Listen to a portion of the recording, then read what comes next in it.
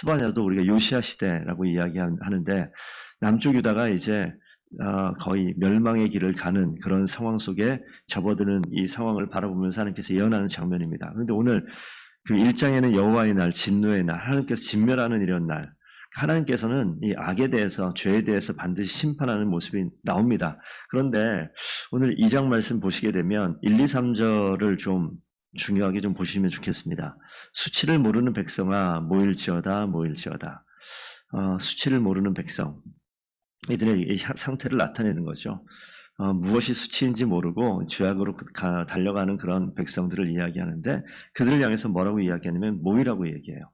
진노의 때에 모이라. 이 진노를 면할 피할 길을 주시는 거예요. 이 자리에 모이게 되면 이 진노로부터 벗어날 수 있는 것을 이야기합니다. 그래서 명령이 시행되어서 겨같이 지나가기 전, 이것은 이제 진노, 하나님의 진노와 분노가 있는 날을 묘사하는 것인데 이 명령이 떨어지게 되면 모든 날들이 겨같이 날아간다. 여호와의 진노와 분노의 날이 이르게 되면 그렇게 되어지니까 그 전에 모이라고 이야기합니다.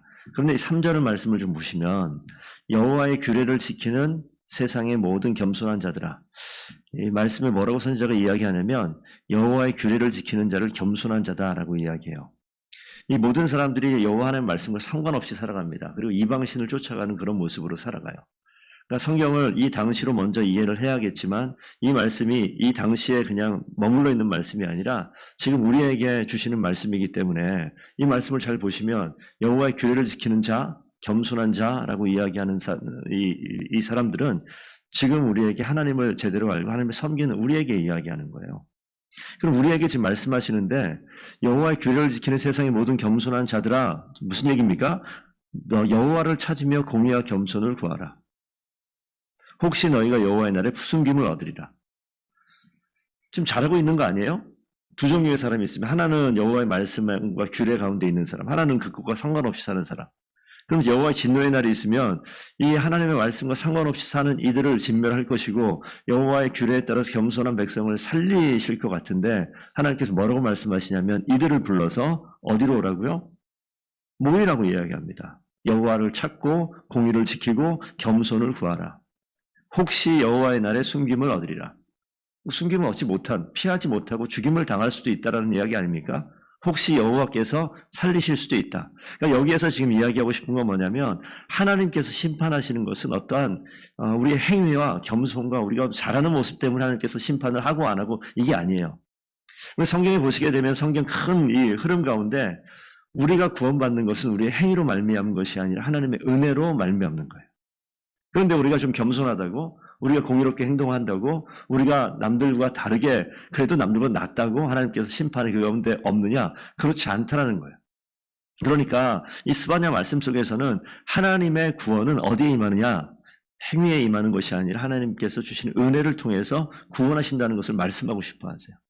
그러니까 우리가 무엇인가 남들과 비교해서 조금 낫다 생각하게 되면 어떤 일이 벌어지냐면 교만해져요. 반드시 교만해집니다. 그래서 교회 안에서 제가 새벽 예배 오실 분들에게 자주 얘기를 하는데 이 자리에 계신 분이 진짜 겸손해야 돼요. 기도 좀 한다. 정말 겸손해야 돼요. 안 그러면 하나님이 한 방에 날려보냅니다. 교회? 목사? 네, 끝이에요. 끝. 그러니까 내가 신앙의 어떠한 남들이 보기에 우리 권사님 정도 되면 이런 소리 들을 때 하나님께서 너 똑바로 정신 차려 이렇게 들으면 돼요. 정말 겸손하지 않으면 하나님께서 정말 싫어하는 것이 교만한 자. 그래서 우리가 10년, 20년, 30년 모태신앙으로 평생 신앙생활을 했다. 그런 분들은요. 정말 조심하셔야 돼요. 그리고 장로가 됐다. 정말 조심하셔야 돼요. 신신당부합니다. 안 그러면 하나님은 그 사람으로부터 교회를 쪼개는 일들이 만들어지게 되고 하나님 그 사람으로부터 수많은 사람들이 상처받고 교회를 떠나는 일들이 벌어지게 됩니다. 반드시 겸손하셔야 됩니다. 오늘 말씀에 규례를 지키는 겸손한 자들아 여호와를 찾으며 공의와 겸손을 구하라는 거예요. 분명히 겸손한 자들을 불러놓고 뭐하라고요? 또 겸손하라고 얘기하잖아요. 또 공의를 찾으라고 얘기하지 않습니까? 그러면서 이 4절 이후에 나오는 이방 민족들이 나와요. 이 가나안 땅에 있는 이방 민족들인데 이들이 멸망하는 자리에 계속 언급되어진 게 교만이에요. 교만. 그러니까 우리가 거기 나와 있는 그 4절 가면 가사, 아스글론, 그다음 아스돗 에그론, 이 도시 이름인데 이건 다 블레셋에 속해 있는 도시들입니다. 우리가 가나안 땅을 보면 이 해변이라고 가나안 땅 나오면 지중해를 이야기하는 거예요. 지중해 연안에 쭉 블레셋 도시들이 있는데 지금 나와 있는 아스글론, 아스돗, 에그론, 가사 이게 다 지중해 해안 도시로 있는 곳. 그리고 그렛은 그레데라고도 나오기도 하는데 다 해변에 있는 이방 족속들입니다. 그래서 크게 보면 블레셋이 나오고 그 밑으로 내려가게 되면 8절에 모압과 암몬 자손이 나오죠. 그리고 그 뒤로 넘어가게 되면 12절에 구스라고 하는 에티오피아 쪽이 나오고 그 밑에 가시게 되면 이제 아수르까지 나옵니다. 그래서 이 나와 있는 이 도시들은 이스라엘을 중심으로 이스라엘에게 가나안 정복할 때부터 영향을 미쳤던 그런 도시들. 그 뒤에 아수르는 이제 남쪽 유다가 북쪽 이스라엘이 아수르로부터 멸망을 해서 이미 없어지는 그런 상황이 되어지니까 가나안 땅에 있는 이스라엘 중심으로 이스라엘에게 정치적으로, 군사적으로, 경제적으로 영향을 미쳤던 주변의 모든 나라들을 하나씩 언급을 합니다. 그런데 하나님께서 2장 4절부터 블레셋을 진멸하겠다. 어디까지 어떻게 진멸하느냐? 여호와께서 치셔서 그 주민을 다 없이 한다라고 이야기하는데 7절 말씀 좀 보시면 뭐라고 나오냐면요. 6절부터 나오는군요. 해변은 그 해변이라고 얘기하는 그 도시들, 해변에 있는 도시들 이야기하는 겁니다. 해변은 풀밭이 되어 목자의 운막과 양떼의 우리가 거기에 있을 것이며 다 망해가지고요. 그냥 그 동물들이 거하는 해변이 풀밭이 되었다. 양떼를 먹이는 그런 목초지가 되었다는 거예요. 그러니까 다 초토하다고 다 없어졌다는 겁니다. 그리고 아스글론은 집들에 눕는다. 짐승들이 이제 들짐승이 사는 그런 곳으로 다 패망하고 바뀌었다는 겁니다. 그와 더불어서 7절 보면 그 지경은 유다 족속의 남은 자에게로 돌아갈지어다. 다 망해가지고 이 나라 없어진다는 소리입니다. 모압과 암몬을 어떻게 비유하냐면 모압과 암몬은 소돔과 고모라가 멸망하는 것처럼 우리 9절에 나오죠. 근데 하나님께서 만군의 여호와 9절에 만군의 여호와 이스라엘 하나님이 말하노라 내가 나의 삶을 두고 맹세하노니 이런 성경 요 편이 많이 나와요. 구약 성경에 내가 나의 삶을 두고 맹세하노니 이건 뭐냐면 반드시 그렇게 하겠다. 반드시. 그런데 반드시 뭐가 됩니까? 모압은 소돔과 같이 되고 암몬은 고모라 같이 되어서 그 땅 가운데 황폐하게 된 것을 표현하는 것이 찔레나무가 가시나무가 난다 이런 것인데 나라가 없어져 버렸어요. 가시나무가 온통 뒤덮습니다. 그리고 소돔과 고모라 같으니까 소금구덩이가 영원히 황폐하리라. 소돔과 고모라 땅이 황폐하게 될 때 그 도망 나오던 이 롯의 안에 뒤를 돌아봐가지고 소금기둥 내는 이런 것이 묘사하는 내용입니다. 그래서 완전히 소돔 고모라처럼 멸망하게 되어지는 것을 이야기하죠. 그런데 모압과 암몬의 교만함이 이런 것을 다 만들었다. 우리 8절 세 번째 줄 보시면 그렇게 나오죠. 내 백성을 비방하고 자기들의 경계에 대하여 교만하였느니라. 이 교만에 대해서 계속 이야기하는 거예요. 교만하게 되어졌을 때 하나님께서 이 백성들, 이 민족들을 다 멸망시킨다라고 이야기하죠. 그 12절 이후에 나오는 말씀도 마찬가지입니다. 그 말씀을 보시게 되면 13절 보면 여호와가 북쪽을 향하여 손을 펴서 북쪽에 있는 도시 나라가 아수르이기 때문에 아수르를 멸하고 니느웨를 황폐하게 해서 사막같이 마르게 한다. 이 민족들을 지금 언급할 때 성경에 보시게 되면 분명히 하나님께서 하나님을 온전히 섬기지 않는 이스라엘 백성들, 유다 백성들을 진멸하는 도구로 책망의 도구로 그 멸망의 도구로 이 이민족들을 사용을 하세요. 그런데 이 이민족들이 어떻게 행동하냐면 하나님을 전혀 생각하지 않죠. 본인들이 하나님이 되어져서 모든 일을 합니다. 본인들의 힘이 신이라고 이야기하는 그런 성경의 구절들이 곳곳에 나타납니다. 그러니까 하나님은 큰 그림을 보시는 거예요. 그래서 하나님께서 이방 백성을 들어서 유다 민족을 이스라엘 백성을 진멸시키는 도구로 사용했음에도 불구하고 그들이 엄청나게 잔인하게 일들을 행동한단 말이죠. 그리고 하나님 없는 것처럼 행동합니다. 그럼 하나님은 누굴 심판합니까? 이스라엘을 심판하겠지만 이 이방 민족까지도 그들의 교만함 때문에 심판하는 모습들이 오늘 성경에 드러나 있어요. 오늘 그래서 이 니느웨, 아수르도 마찬가지 그렇게 멸망한다라고 얘기합니다. 초토화되어 있는 것을 아까 양떼가 양떼 그런 풀밭처럼 만들어버린다 이렇게 나오는데 14절 보면 비슷합니다. 각종 짐승이 그 가운데 때로 누울 것이며 나라가 없어졌어요. 온통 이 짐승의 그냥 짐승천지가 되었다라고 이야기하는 겁니다. 당아와 고슴도치. 이 당아는 사실 무슨 동물인지 잘 아직 모른대요. 찾아보니까. 그러니까 새 종류입니다. 펠리칸의 일종일 수도 있다. 뭐 이렇게 이야기하는데 이 단어 보고 모르. 고슴도치는 뭐 대충 우리가 알 것 같은데. 그러니까 새와 들짐승과 날짐승들이 그냥 그 건물 기둥 꼭대기에도 깃들고 창에서도 울 것이고 이제 새로 표현하니까 조금 느낌이 오시죠. 그래서 온통 땅과 뭐 위에 뭐 온 짐승들이 다 백향목 지은 것이 다 벗겨지고 다 황폐하게 되어지는 것을 이야기합니다. 그들 교만함을 15절에 이렇게 얘기하죠. 기쁜 성이라 염려 없이 거주하고 마음속에 이르기를 오직 나만 있고 나 외에는 다른 이가 없다 하던 그들이 멸망하는 거예요. 그래서 오늘 이 내용들 보시게 되면 하나님께서는요 반드시 하나님의 약속을 이루시는 것, 그리고 하나님이 심판의 도구로 사용했었던 것들마저도 교만한 것은 하나님 절대 보지 않으십니다. 앞으로도 계속 이야기하게 될 거예요. 저 스스로에게도 이야기할 것이고 우리 성도님들 기억하셔야 되는데 교회마다 교회를 위해서 또 하나님 나라를 위해서 하나님 말씀을 사모하며 초심을 잃지 않고 하나님을 온전히 섬기고자 하는 겸손한 사람들이 있어요. 그리고 누가 봐도 남들과 다르게 사실 이 새벽에 나오는 거 쉽지 않아요. 새벽에 지금 월, 화, 수, 목 한 4일째 됐는데 어떠세요? 힘드시죠? 새벽 예배 나오려면 포기하셔야 돼요. 내 어떤 일정한 시간을 포기해서 하나님 앞에 나와야 됩니다. 그리고 이것이 계속 반복되어지면 어렵다는 걸 알게 되면 어떤 이야기를 듣게 되냐면 아유 집사님 새벽 예배도 나오시네요. 이런 이야기를 듣게 될 거예요. 그러면 남들이 어떻게 여기냐면 신앙이 더 깊다라고 생각하는 일들이 벌어져요. 그때 항상 기준은 새벽 기도회를 못하는 사람들이나 주의를 잘 성수 못하는 이런 분들을 하고 기준 삼는 것이 아니라 항상 우리의 기준은 하나님의 말씀과 하나님 앞에 서 있는 거예요. 그래서 항상 겸손하셔야 돼요. 정말 부탁드립니다. 겸손한 자가 교회 가운데 많으면 교회는 평안해요. 그런 사람들이 어디에 있어야 되냐면 말씀에 가까이 있고 겸손하고 그러면 게임 끝나요. 그러면 하나님께서 그 자리는 하나님께서 복된 자리를 만들어 놓으시고 유다족 속에 남은 자들을 그 지각 속에 돌아가게 하는 일들, 하나님의 백성이 그것을 기업으로 삼게 하는 것들, 하나님께서 이 교만한 자들을 뒤집어 엎어서 그걸 누구에게 줍니까?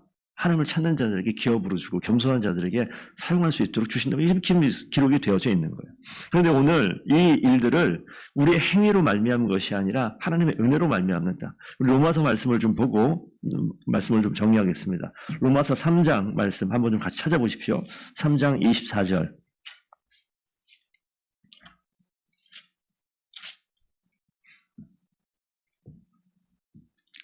제가 23절 읽을 테니까 24절은 같이 읽겠습니다. 모든 사람이 죄를 범하였음에 하나님의 영광에 이르지 못하더니 24절 같이 읽습니다. 그리스도 예수 안에 있는 속량으로 말미암아 하나님의 은혜로 값없이 의롭다 하심을 얻은 자 되었느니라.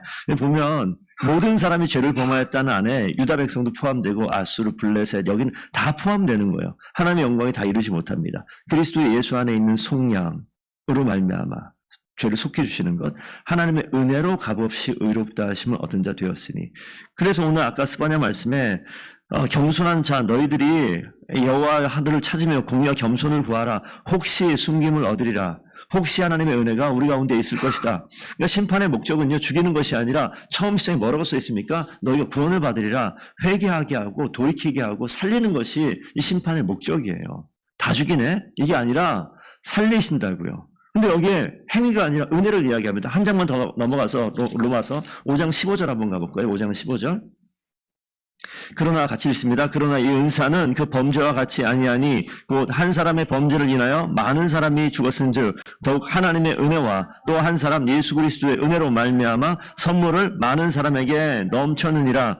하나님의 은혜예요. 하나님의 은혜가 구체적으로 어디로 가냐면 예수 그리스도의 은혜로 가고 이것을 뭐라고 얘기합니까? 선물이라고 얘기하는 거예요. 그러니까 구약 성경에 있는 하나님의 은혜를 베풀어 주시는 이 스바냐의 이 말씀의 이 장면은요. 하나님의 속마음을 보여주는 거예요. 하나님은 은혜 베푸시기 원하십니다. 그래서 돌이켜 회개하게 하고 살리기 원하시는데 그 하나님의 마음은 스바냐 시대도 마찬가지고 예수님 시대도 마찬가지고 바울의 시대도 마찬가지고 지금 이 시대에도 마찬가지입니다. 그래서 하나님의 은혜가 예수 그리스도의 은혜가 선물로 주어진다고요. 그래서 우리가 예수 그리스도의 은혜를 사모하는 거예요. 나의 겸손함과 나의 행위야 나의 어떠함을 자랑하는 것이 아니라 하나님의 은혜를 따라가는 것이죠. 마지막 한 구절만 더 보고 우리 기도하겠습니다. 11장 또 로마서입니다. 11장 6절 한번 가볼게요. 5절을 제가 읽을 테니까 6절 같이 읽겠습니다. 그런즉 이와 같이 지금도 은혜로 택하심을 따라 남은 자가 있느니라. 6절 시작. 만일 은혜로 된 것이면 행위로 말미암지 않음이니 그렇지 않으면 은혜가 은혜 되지 못하느니라. 아멘. 그렇기 때문에 우리가 아까 절대 교만하지 말라고 얘기하는 것이 우리의 행위와 우리의 종교적인 이러한 어떤 태도와 마음 자세와 우리의 일하는 모든 모습들, 봉사하는 모습, 우리가 직분을 받고 어떤 일들 하는 모습, 이 모든 것들이 다른 사람들이 보기에는 행위로 보일 수 있어요. 그런데 오늘 말씀 뭐라고 얘기하십니까? 만일 은혜로 된 것이면 행위로 말미암지 않음이 그렇지 않으면 은혜가 은혜되지 못한다. 우리가 어떠한 자리에 있더라도 하나님께서 지금 이 자리에 있게 하신 것은 하나님의 은혜로 말미암아 내가 목사가 되고 하나님의 은혜로 말미암아 내가 권사와 장로가 되고 집사가 되고 내가 하나님의 은혜로 말미암아 이렇게 일할 수 있는 자리에 주님이 세워주셨습니다. 라는 항상 겸손함으로. 그렇지 못한 사람들을 보게 되면 하나님의 눈으로 보면요. 나나 이 사람이나 누가 더 중요합니까? 이거 말할 수 없어요. 똑같아요. 근데 우리의 시선이 왜곡되어 있다고요. 좀 추리하게 옷을 입고 스레바 끌고 교회로 오게 되면 왠지 여기에 어울리지 않을 것 같다는 생각이 문득 듭니까? 그게 우리가 그렇게 잘못 자리매김 되어져 있는 거예요. 그런 거 없애는 거 되게 어려워요. 진짜 어렵습니다. 거기다 냄새까지 나보세요. 안 들어왔으면 좋겠다 이런 생각이 들어요. 진짜. 그 생각이 그냥 올라온다니까. 지금 남들에게 제 얘기예요. 그래서 깨끗한 똑똑한 말 잘하는 사람들 좋아하는 이런 사람 오면 좋겠다 이런 마음이 있어요. 이게 인간의 본성이라고요. 죄된 본성이 그렇다고요. 그래서 오늘 스바냐 말씀 다시 한번 생각하면 여호와의 규례를 지키는 겸손한 자들아 이렇게 불러내서 더욱더 겸손하라고 얘기하잖아요. 하나님 여전히 전 쓰레기 같습니다. 라고 얘기할 수밖에 없어요. 그래서 이 마음이 하나님께서 이 마음을 고치시고 씻어내시고 하나님의 마음이 되어지면 누가 오더라도 어떤 사람이 오더라도 연약한 자가 있더라도 하나님께서 나를 통하여 그들을 세우고 하나님을 알게 하고 내가 은혜 받은 것처럼 그들에게 은혜가 임하고 하나님의 은혜가 임하면 사람은 어떻게 변할지 몰라요. 하나님의 은혜가 임하면 사람은 어떻게 변할지 모릅니다. 하나님이 그렇게 만들어 오셨어요. 그래서 더본교회에 찾아오는 모든 성도들이 하나님의 은혜 가운데 변화되어지고 삶이 돌이켜지고 회개가 일어나고 말씀을 볼 때마다 더 그의 인생과 인격이 변화되고 깊어지고 하나님을 찬양할 수 있는 그런 일들이 그런 놀라운 역사가 교회 곳곳마다 그리고 오늘 기도하시는 우리 성도님들 이 내면 깊은 곳에 그런 일이 반드시 있게 되기를 축복드립니다. 교회가 힘있게 그렇게 세워지는 자리에 하나님의 은혜가 더욱더 넘치는 놀라운 역사가 우리 성도님들에게 가정의 교회 가운데 있기를 바랍니다. 기도하겠습니다.